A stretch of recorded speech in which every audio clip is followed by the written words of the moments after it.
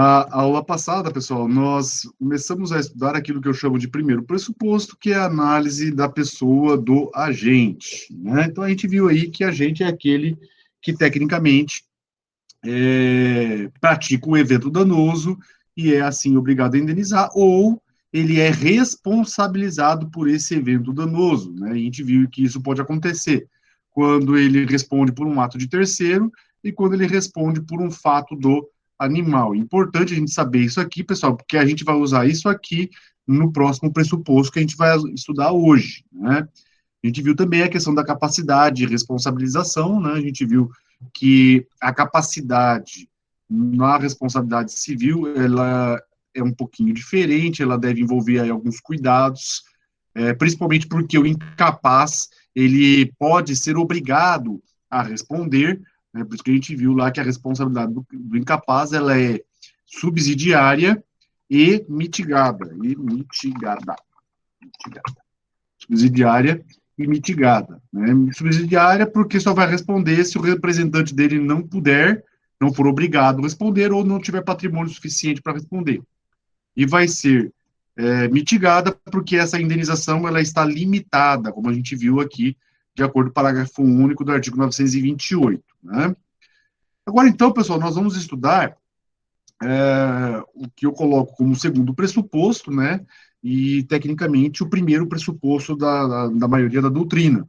Antes da gente começar a estudar, pessoal, importante lembrar uma coisa interessante aqui, gente, é que eu vou passar para vocês a teoria e, às vezes, eu narro alguns casos concretos, algumas situações concretas, e eu, na hora de eu narrar esse caso concreto, essa situação concreta que a gente vivencia na prática, no fórum e tal, às vezes eu emito opiniões pessoais, tá? Então, o que eu acho que pode ou não configurar de acordo com o meu modo de ver. Isso não significa, pessoal, que você é obrigado a concordar comigo, tá? Na verdade, eu estou aqui apenas para ensiná-los e mostrar para vocês algumas situações. Cabe a vocês formarem a opinião jurídica de vocês, tá? E isso, na responsabilidade civil, é muito importante, tá? Então, vocês têm que fixar bem a teoria da responsabilidade civil para vocês interpretarem o caso concreto. Tá? Então, eu posso achar que naquela situação existe a indenização e vocês podem entender que não. Tá? Mas, para você falar que não, você tem que conhecer a teoria e fundamentar o porquê que você entende que não, ou porquê que você entende que sim. Tá? Então, dentro da ideia dos pressupostos da responsabilidade civil. Então, eu estou aqui para ensiná-los e não para doutriná-los. Então, não significa que não é porque eu estou falando que você é obrigado a concordar comigo, né? Assim como também, se eu falar que não é, você também não é obrigado a concordar comigo e achar que é, tá? Então, isso é um ponto importante que eu esqueci de falar no começo das nossas aulas. Ok, pessoal? Então, vamos lá. Ação ou omissão do agente, pessoal. Então, a gente viu o agente, agora vamos ver a conduta desse agente. Então, vejam, pessoal, que o nosso legislador estabeleceu que a responsabilidade civil, ela ela é gerada através de uma conduta humana, que vai violar aí um dever contratual ou extracontratual. Isso aqui em regra, tá? Isso aqui em regra. É uma conduta humana que vai violar um dever legal ou contratual e assim gerar aí um prejuízo, né? Então, a gente vai ter sempre uma conduta, um comportamento humano. E esse comportamento humano, pessoal, pode ser de duas formas. Pode se dar através de uma ação,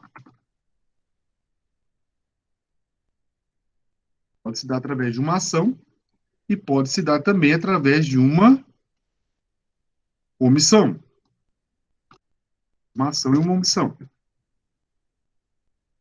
A ação, pessoal, é também chamado de ato comissivo, ou pura e simplesmente ato. Que se vai retratar aí num comportamento positivo da pessoa. Um comportamento positivo da pessoa. Traduzindo aqui, pessoal, o dever dele é de se omitir. A lei impõe a ele uma omissão, um não fazer. E aí ele faz. E a partir do momento que ele faz, ele provoca o dano, tá? O dever violado aqui, então, pessoal, é o dever de se omitir. Então, tá lá a lei falando que você não pode matar, não matarás, né? Mandamento da Bíblia, não matarás. E você vai lá e mata. Então, a lei te impõe uma omissão. Você não deve matar. A partir do momento que você mata, você pratica um homicídio, além, obviamente, de você responder no direito penal, você vai responder no direito civil também. Entenderam? Então, a lei te impõe um dever de não fazer. A partir do momento que você faz e gera o prejuízo, você vai ter aí um ato comissivo ou uma ação lesiva. Essa aqui, pessoal, logicamente, é a forma mais comum que nós temos de exteriorizar a conduta da pessoa. Mas ao lado da ação, pessoal, nós sabemos que também nós temos a omissão.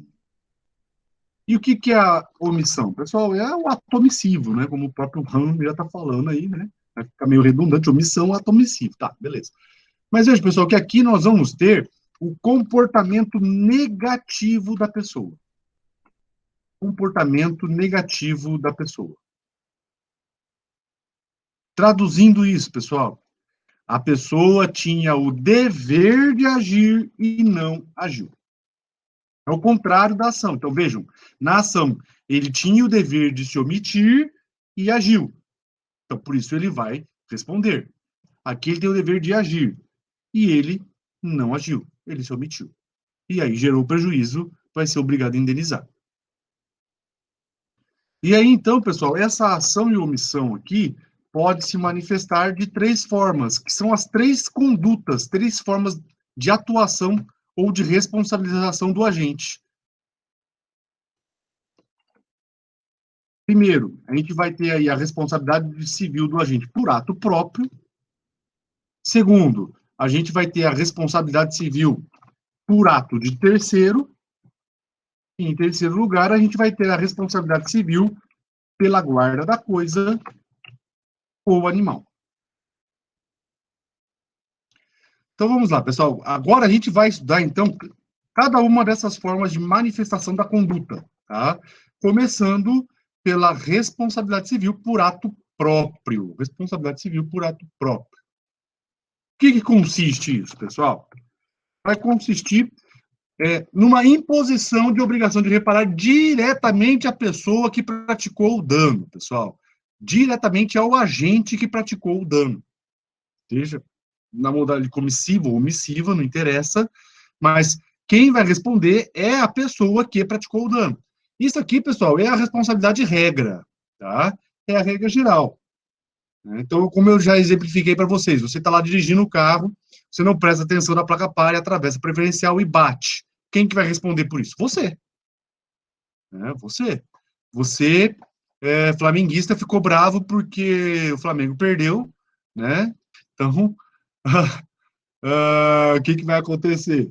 Você ficou nervoso e bateu no vascaíno que foi lá tirar sarro de você, né? Veja bem, nessa situação, você provocou o dano, você vai responder.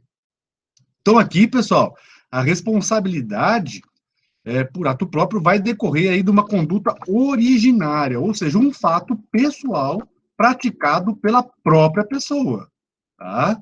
Praticado pela própria pessoa. Então, vamos lá, continuando. Então, aqui no ato próprio, o próprio nome já está falando, eu vou praticar a conduta e eu mesmo vou reparar essa conduta, vou ser obrigado a reparar a conduta, né? Só para a gente frisar. São três anotações que estão falando exatamente a mesma coisa, cada uma resumindo mais do que eu estou falando, né? Mas as três anotações aí estão falando a mesma coisa, como eu disse para vocês, é regra, isso aqui é a regra, tá? As outras duas situações, pessoal, só vão existir se a lei mencionar, se a lei não mencionar, não existe, tá? Então, essa aqui é a situação regra, o ato próprio é a situação regra, em regra, a pessoa que pratica o ato responde por esse ato, tá? Pode se manifestar, pessoal, essa responsabilização por ato próprio pode se manifestar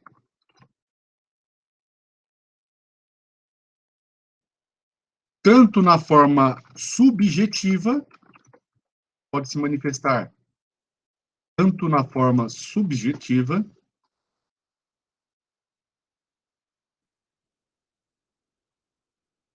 né, onde eu vou precisar provar a culpa, né, onde eu vou precisar provar a culpa, quanto na forma objetiva, onde eu não preciso provar culpa, por uma das suas modalidades. Exemplo aqui, pessoal, da subjetiva. Um acidente de trânsito, né? Responsabilidade de trânsito em geral normalmente é subjetiva. Normalmente é subjetiva, certo? Então, a responsabilidade de trânsito em geral normalmente é subjetiva.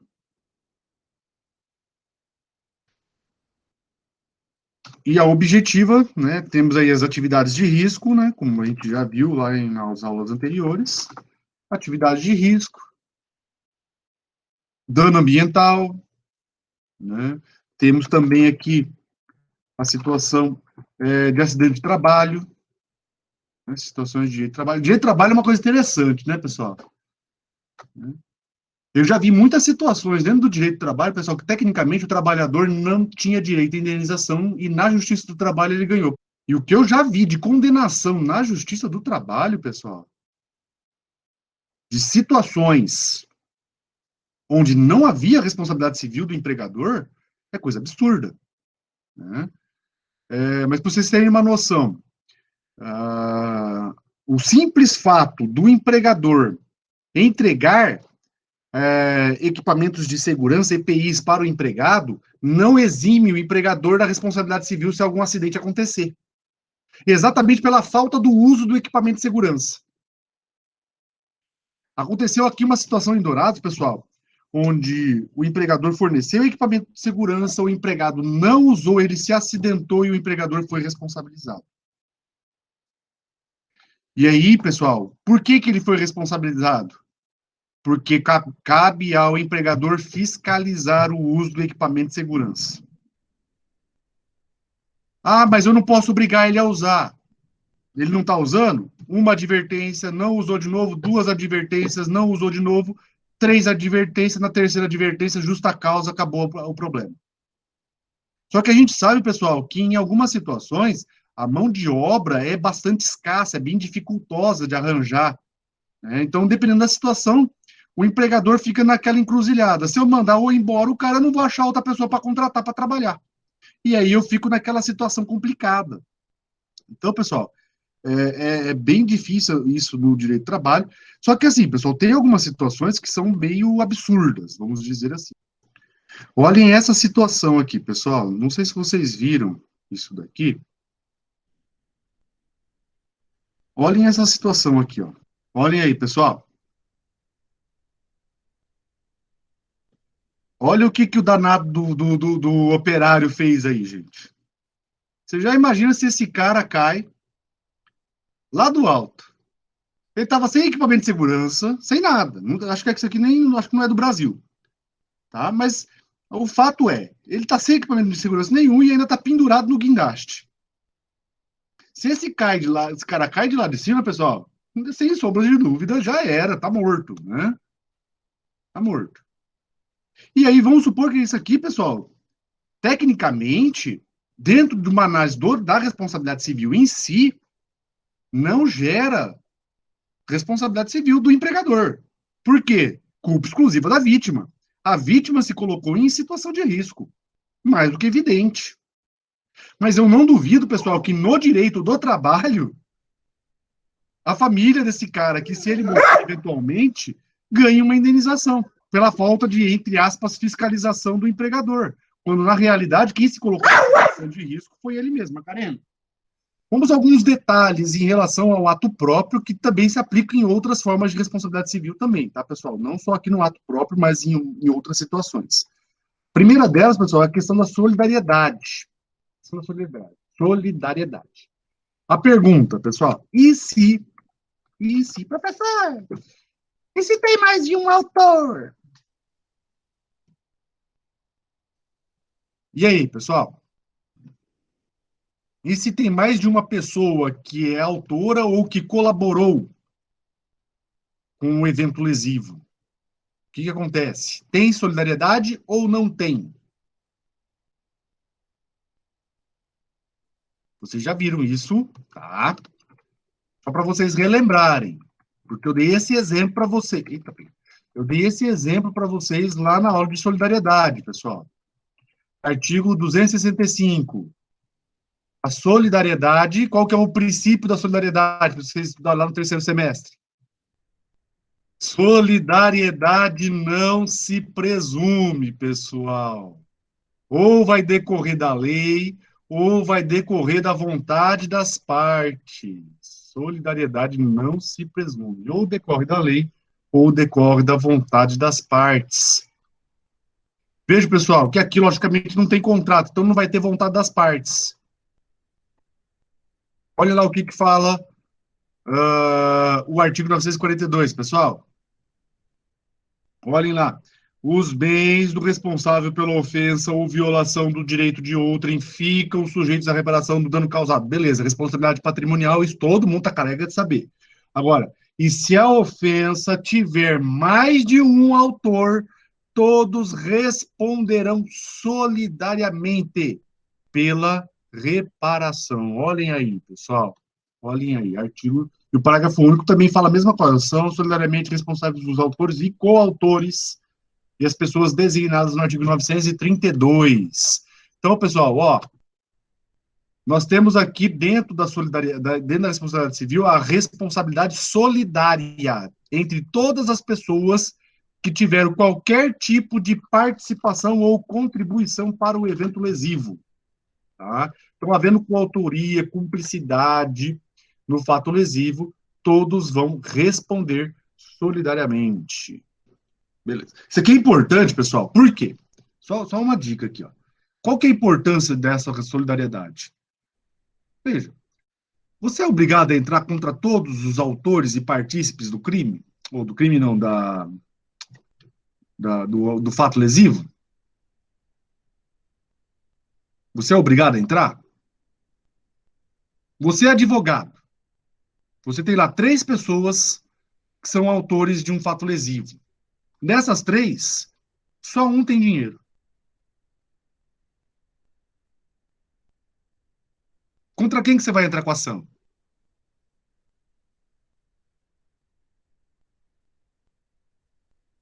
É lógico, né, pessoal? Você vai entrar com a ação contra quem tem dinheiro. Quem não tem dinheiro, para que você vai ficar gastando seu português? Para que você vai ficar gastando seu juridiquês? Para que você vai trabalhar se a pessoa não tem dinheiro para pagar a indenização? Você vai entrar com a ação contra quem tem grana, contra quem tem dinheiro, contra quem tem condições de suportar a indenização. E aí deixa que ela se vira lá com aquele que não tem condições, na ação regressiva. O importante é você receber o seu. Então, pessoal, na hora quando você for advogar, vocês estiverem diante de uma solidariedade dessa situação aqui, você tem que imaginar exatamente isso. Você tem que entrar com a ação contra aquele que tem condições de suportar a indenização. É igual uma situação que eu sempre vejo na prática, pessoal, de erro médico praticado por um médico dentro de um hospital que é contratado do hospital. Ou a mesma situação em relação ao Estado com o agente público. E não são raras as situações, pessoal, onde o advogado entra com ação contra o Estado e contra o servidor. Pô, o servidor não tem dinheiro. Por que vai entrar com ação contra o servidor? Entra só contra o Estado. É só para dar trabalho. É só para dar trabalho. Porque contra o servidor é subjetivo, contra o Estado é objetivo. Então, contra o servidor você vai ter que provar culpa. Igual o médico. Em relação ao médico é a mesma coisa. O hospital é a responsabilidade objetiva, o médico é subjetiva. Você vai ter que provar culpa. Então, não vale a pena você se dar esse trabalho. Você só entra contra aquele que vai te facilitar o negócio, que tem dinheiro para indenizar, aquele que você não precisa provar culpa, por exemplo, se tiver objetiva e subjetiva, tá? Então, você vai fazer esse tipo de análise aí, tá? Sempre buscando a facilitação no seu trabalho dentro da solidariedade. Aliás, é para isso que serve a solidariedade, tá? Beleza, pessoal. Calúnia, difamação e injúria. O que é isso, pessoal? O que é calúnia, o que é difamação e o que é injúria? Né? Vamos lá. Primeira coisa que a gente tem que destacar, pessoal, é que os três são crimes tipificados no direito penal, né? Artigo 138, 139, 140 do Código Penal, e que vão ser usados dentro do direito civil, tá, pessoal? O conceito, a tipologia, a defesa, tudo que tem lá no direito penal também vai ser trazido aqui para dentro do direito civil, tá? Na condução da prova e da resposta em relação a esses fatos, né? O direito civil também vai tipificar essas figuras, tá, pessoal? O direito civil também traz essas figuras aqui, que é o artigo 953. Artigo 953, olhem lá. A indenização por injúria, difamação ou calúnia consistirá na reparação do dano que delas resulte ao ofendido. Parágrafo único. Se o ofendido não puder provar prejuízo moral, caberá ao juiz fixar equitativamente o valor da indenização, na conformidade das circunstâncias do caso. Pessoal, então aqui nós temos, né, que os atos de calúnia, difamação e injúria devem ser indenizados. Tomamos por base aí, pessoal, algumas situações aí que nós sabemos, mas antes da gente falar de uma situação aí, vamos primeiro diferenciar, né? Primeiro, o que é calúnia? O que é calúnia, pessoal? Imputação falsa de fato criminoso, tá? Imputação falsa de fato criminoso.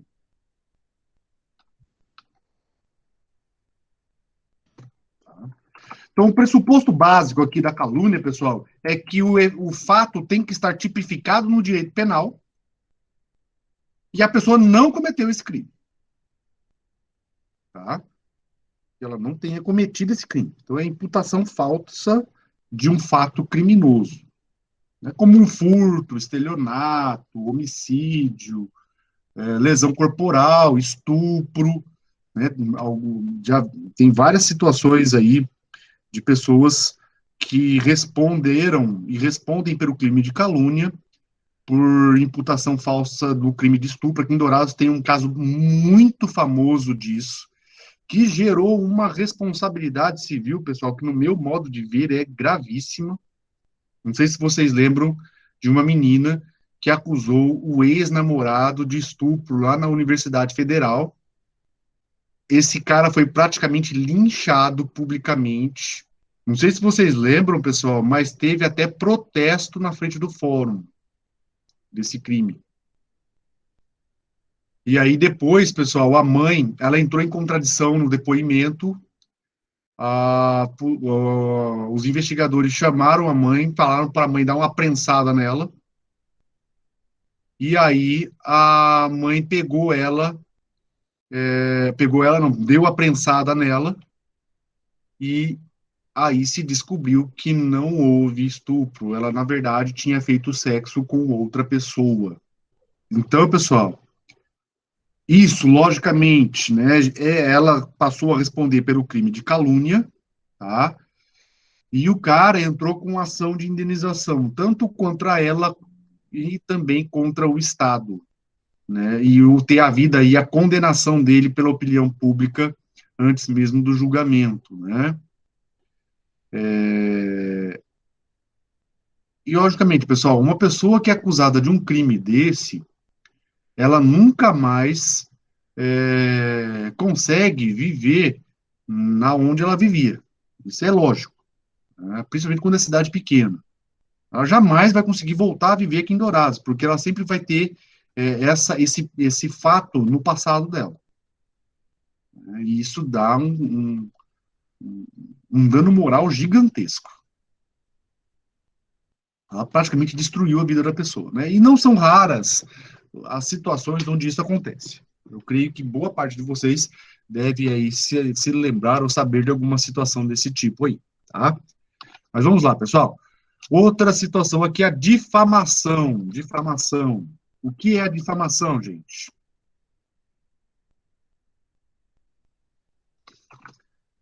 Apontamento de fato ofensivo à reputação da pessoa.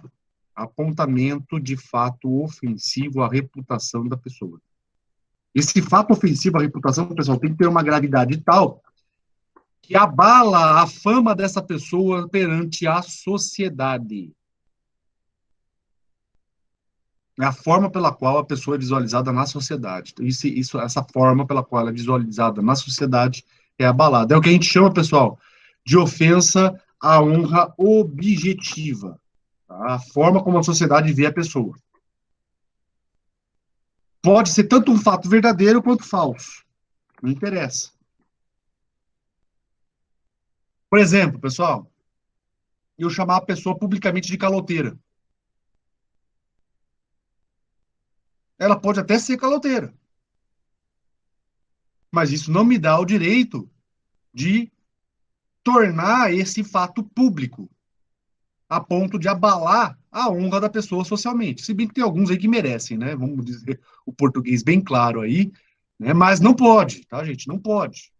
Isso é abuso de direito. Você tem o direito de cobrar. Se a pessoa não te paga, você tem os meios legais para exigir essa cobrança.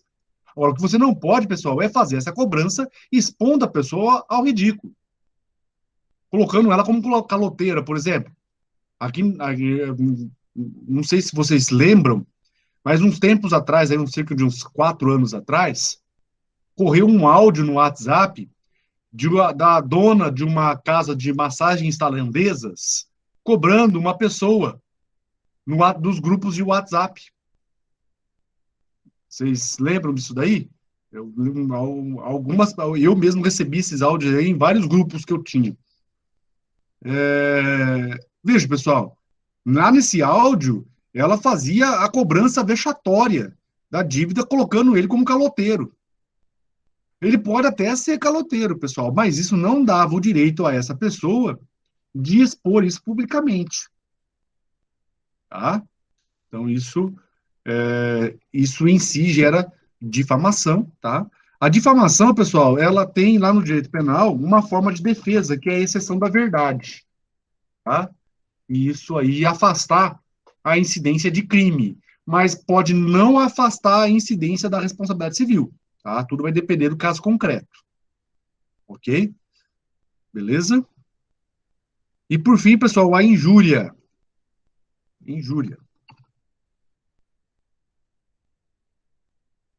Injúria, pessoal, é xingamento atribuindo à pessoa uma qualidade negativa, ainda que verdadeira. Vamos colocar aí que é uma ofensa à honra subjetiva da pessoa. Ofensa à honra subjetiva da pessoa. Então, por exemplo, chamar a pessoa de ladra, ladrão, bandido. Algumas expressões a gente tem que evitar falar, pessoal, né, mas que pode dar problema. Mas tem uma que está em todos os livros, que é chamar uma menina de puta, por exemplo. Então, injúria, então, entra esses xingamentos ofensivos, tá? Tem algumas pessoas que não dá para falar aqui na aula, porque está gravando, né? Então fica meio pesado falar. Quando a gente entra com uma ação, tem, por exemplo, calúnia, difamação, injúria, tudo junto, e a gente pede a indenização para o cliente, vai ser indenizado apenas por um ou é indenizado pelos 3? Não, mas não tem como, Regina, o mesmo ato configurar os 3, ou é um ou é outro, a não ser que tenham 3 atos distintos. É muito comum, na verdade, isso que você falou é uma coisa muito comum, tá? O advogado, ele não sabe diferenciar os 3, e aí, então, ele coloca lá os 3 na mesma petição. Ele vai lá e fala assim, o autor foi difamado, caluniado, injuriado pelo réu. Não, não tem como. Tá? São fatos distintos.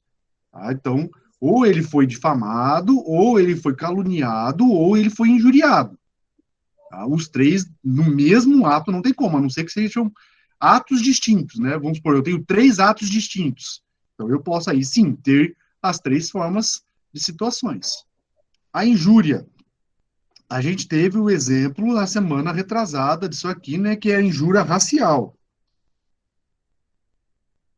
E entra aqui, tá, pessoal? A injúria racial entra aqui. Tá? A injúria racial entra aqui.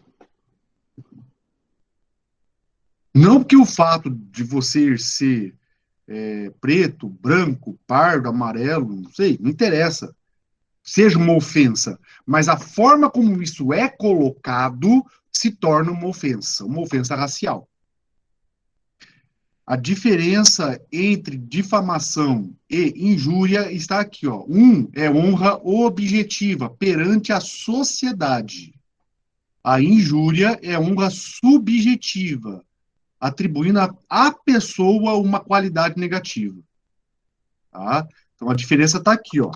Aqui a honra é subjetiva. Aqui a honra é objetiva.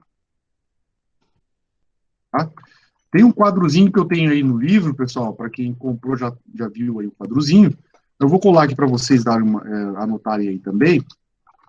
Uma tabelinha com a diferenciação. Calúnia, fato criminoso. Difamação, ofensa à reputação. Injúria, ofensa à dignidade. Tá? Então, aqui é a diferença. Ó. Ofensa à reputação é sempre honra objetiva, porque está falando da sociedade. Ofensa à dignidade é ofensa à honra subjetiva, ou seja, ao aspecto íntimo da pessoa. Isso é só para efeitos de diferenciar conceituação, para você não errar na prática, né? Para não ficar feio, né? Você falar um conceito jurídico errado. Tá? É só para efeitos de indenização e crime, os 3 são crime e os 3 geram responsabilidade civil. Tá? Como eu falei para vocês, aquele caboclo lá que ofendeu o motoboy, né, com injúria racial, pode até ser que no direito penal ele não responda pela esquizofrenia dele, pelo visto não vai responder mesmo, tá? Pelo visto não vai responder mesmo, tá? Mas no direito civil ele responde. No direito civil ele responde pessoalmente, até porque ele não é interditado. E se fosse interditado, quem responderia seria o pai dele. Então, no direito civil, ele vai responder. Ele pode até não ter direito, ele pode até não ter dinheiro para indenizar. Mas que ele vai levar uma condenação, ele vai. Outro ponto importante. A indenização, ela pode ser tanto em relação ao dano material, quanto em relação ao dano moral. Ah, como assim, professor? Dano material por causa de uma calúnia, uma difamação e tal? Sim, pessoal. Por quê? Por exemplo, ele pode perder negócios pela difamação. O fato dele ganhar a fama de ser caloteiro pode tornar ele perder algum negócio. O fato dele ser caluniado por uma imputação falsa de crime, por exemplo, ser furto, ele pode perder uma oportunidade de emprego. Entenderam? Então, nessa situação, nós temos aí a possibilidade de dano material. Aquele exemplo que eu falei para vocês lá, daquele rapaz que foi acusado de estupro, pessoal, ele perdeu o emprego dele. No dia seguinte, ele foi demitido. Ele perdeu o emprego. Então, para vocês verem a gravidade do negócio. Né? E o dano moral. A diferença aqui, pessoal, é que o dano material, como a gente já estudou lá no 3º semestre, a gente vai aprofundar o estudo aqui na responsabilidade civil, precisa de prova, tá? Precisa de prova. Enquanto o dano moral, ele é fixado de forma equitativa pelo juiz. Beleza, gente. Vamos encaminhar agora, então, para o final da aula. Assim, no direito penal, eu não sei, Glaisa, como é que funciona. Tá? Vou ser sincero para você, no direito penal, eu não sei como é que funciona. Tá? No direito civil, não. Tá? No direito civil, pode até diminuir a indenização, tá? Mas não exclui a indenização. A retratação não exclui a indenização. Se o dano já existiu, não tem como voltar. Então, a indenização é que vai fazer voltar atrás. Tá? Não adianta nada. Depois que eu já divulguei o fato ofensivo, né, ainda que eu faça um vídeo me retratando e tudo mais, não vai adiantar, porque já houve a ofensa. Tá? Então, é muito difícil a retratação em si gerar algum efeito no direito civil. Seguindo, então, pessoal, uma situação que é bastante comum na prática, tá? Que também está no código, tá? É a questão da cobrança de dívida que não está vencida ou dívida que já foi paga, tá? Como vocês estudaram, pessoal, em regra, uma dívida só pode ser cobrada quando já está vencida e não paga, tá? Uma dívida só pode ser cobrada quando já está vencida e não foi paga. Se não está vencida, pessoal, não pode cobrar.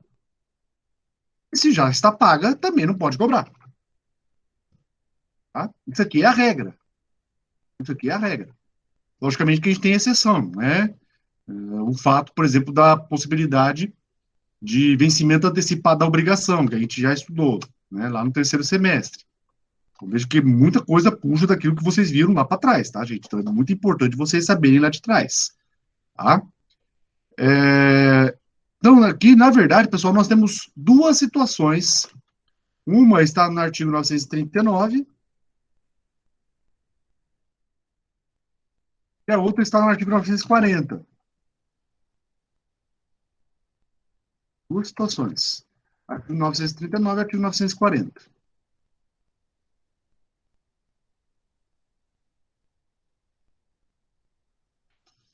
O artigo 939, pessoal, vai tratar de quando a dívida não está vencida.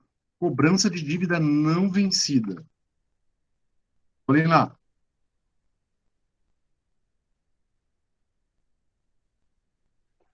O credor que demandar o devedor antes de vencida a dívida, demandar aqui é entrar com ação de cobrança, tá? Execução, cobrança, qualquer ação judicial, demanda aqui significa ação. O credor que demandar o devedor antes de vencida a dívida, fora dos casos em que a lei o permita, ficará obrigado a esperar o tempo que faltava para o vencimento, a descontar os juros correspondentes, embora estipulados, e a pagar as custas em dobro. Pessoal, então, vamos lá. Aqui nós temos a cobrança de uma dívida não vencida.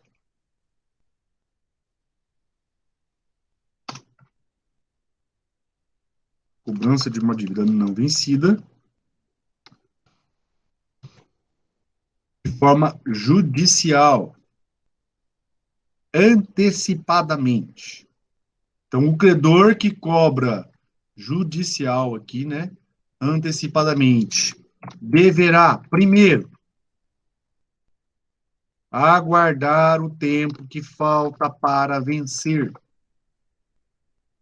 Aguardar o tempo que falta para vencer. Segundo, terá que descontar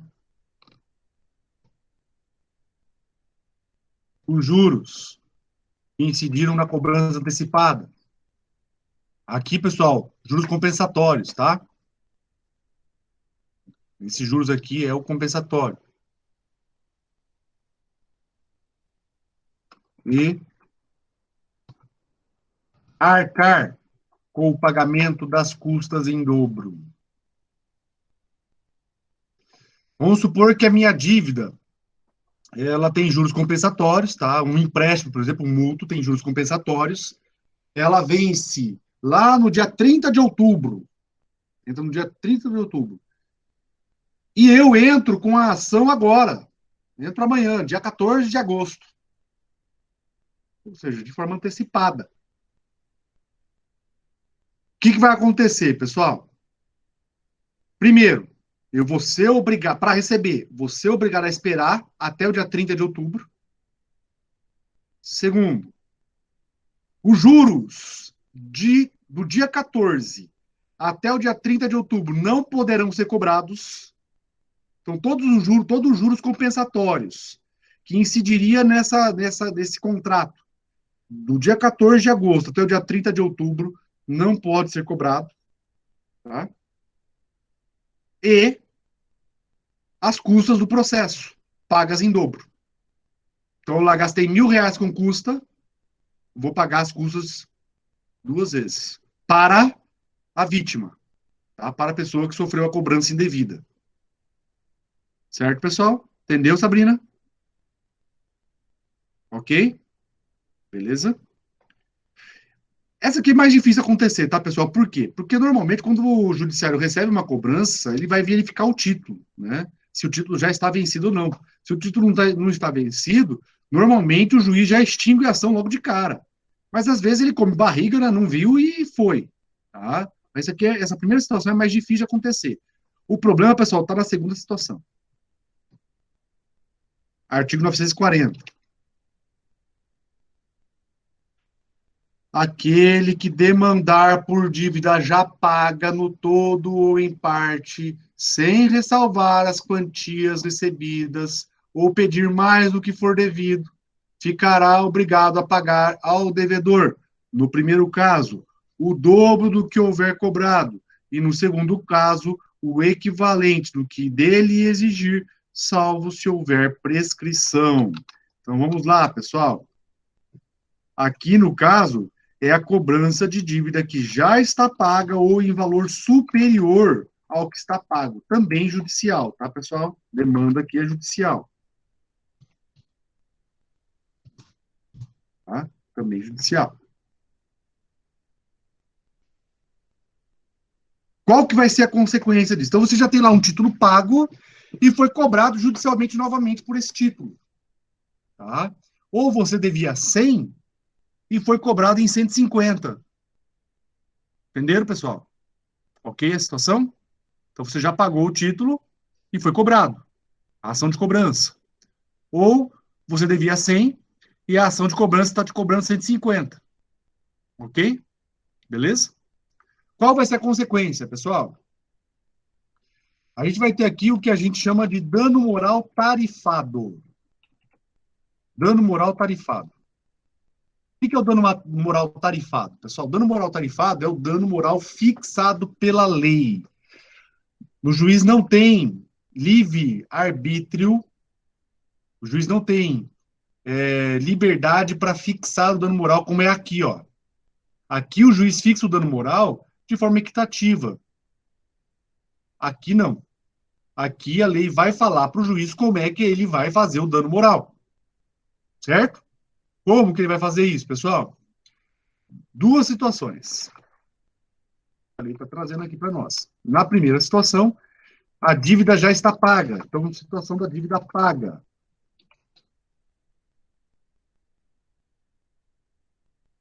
Dívida paga.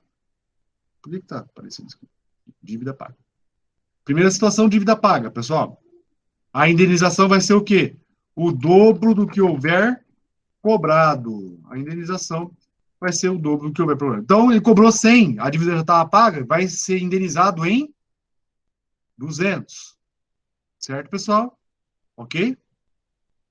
Lá do outro, se a cobrança for de valor superior ao devido. Cobrança de valor superior ao devido. O equivalente do que foi exigido a mais. Como assim? Qual que vai ser a indenização aqui nesse caso, pessoal? O equivalente do que foi exigido a mais. Então, eu devia 100, fui cobrado em 150. Qual que vai ser a minha indenização?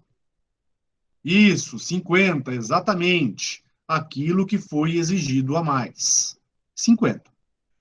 Cuidado, pessoal. Cuidados que a gente tem que tomar nessas situações aqui. Cuidados que a gente tem que tomar nessas situações para não comer barriga. Tá? Primeiro, a gente tem que lembrar aí das regras do vencimento antecipado da obrigação. Artigo 333, ó. Vencimento antecipado das obrigações. Aqui tem uma hipótese. Tá? Vou até colocar o artigo lá para vocês. Aqui tem mais hipóteses, tá, gente? Tem outras hipóteses dentro do código. Isso aqui é só o que vocês já estudaram, tá? Em caso de falência, em caso da perda da garantia, ou em caso da garantia se tornar insuficiente, todas essas situações provocam um vencimento antecipado da obrigação, tá? No caso do alienação fiduciária, por exemplo, pessoal, quem aqui financia carro, não sei se vocês sabiam, mas o fato de você ter atrasado uma prestação autoriza o banco a declarar vencimento antecipado de todo o contrato e cobrar a dívida por inteiro. Por causa de uma prestação. que você atrasou 10 dias, o banco pode fazer isso. Tá? Então, é só para vocês terem uma noção. Isso aí vocês vão estudar, na verdade, do ano que vem. Tá? Vou voltar aqui para 940. Então, aqui, pessoal, algumas coisas que a gente tem que ter cuidado. Então, vencimento antecipado da obrigação, artigo 333, né? Dentre outros. Segundo, lembrar que, às vezes, aquilo que está sendo cobrado a mais, na verdade, são juros compensatórios e moratórios. Ou, às vezes, aquilo que está sendo cobrado a mais é a correção monetária. E regras relativas à cláusula penal, tá, pessoal? Também, tudo isso aqui pode influenciar nessas situações aqui. Então, a gente tem que tomar um certo cuidado, né, para você não comer barriga aqui, tá? Professor, tá, sou advogado, o meu cliente está sendo cobrado indevidamente. Como é que eu faço para pedir essa indenização aqui? Né? Vamos falar do aspecto processual, só para a gente dar uma pisadinha na interdisciplinariedade. Então, aspecto processual. Você pode, pessoal, pegar isso aqui de duas formas, tá? Ou se faz por meio de ação própria,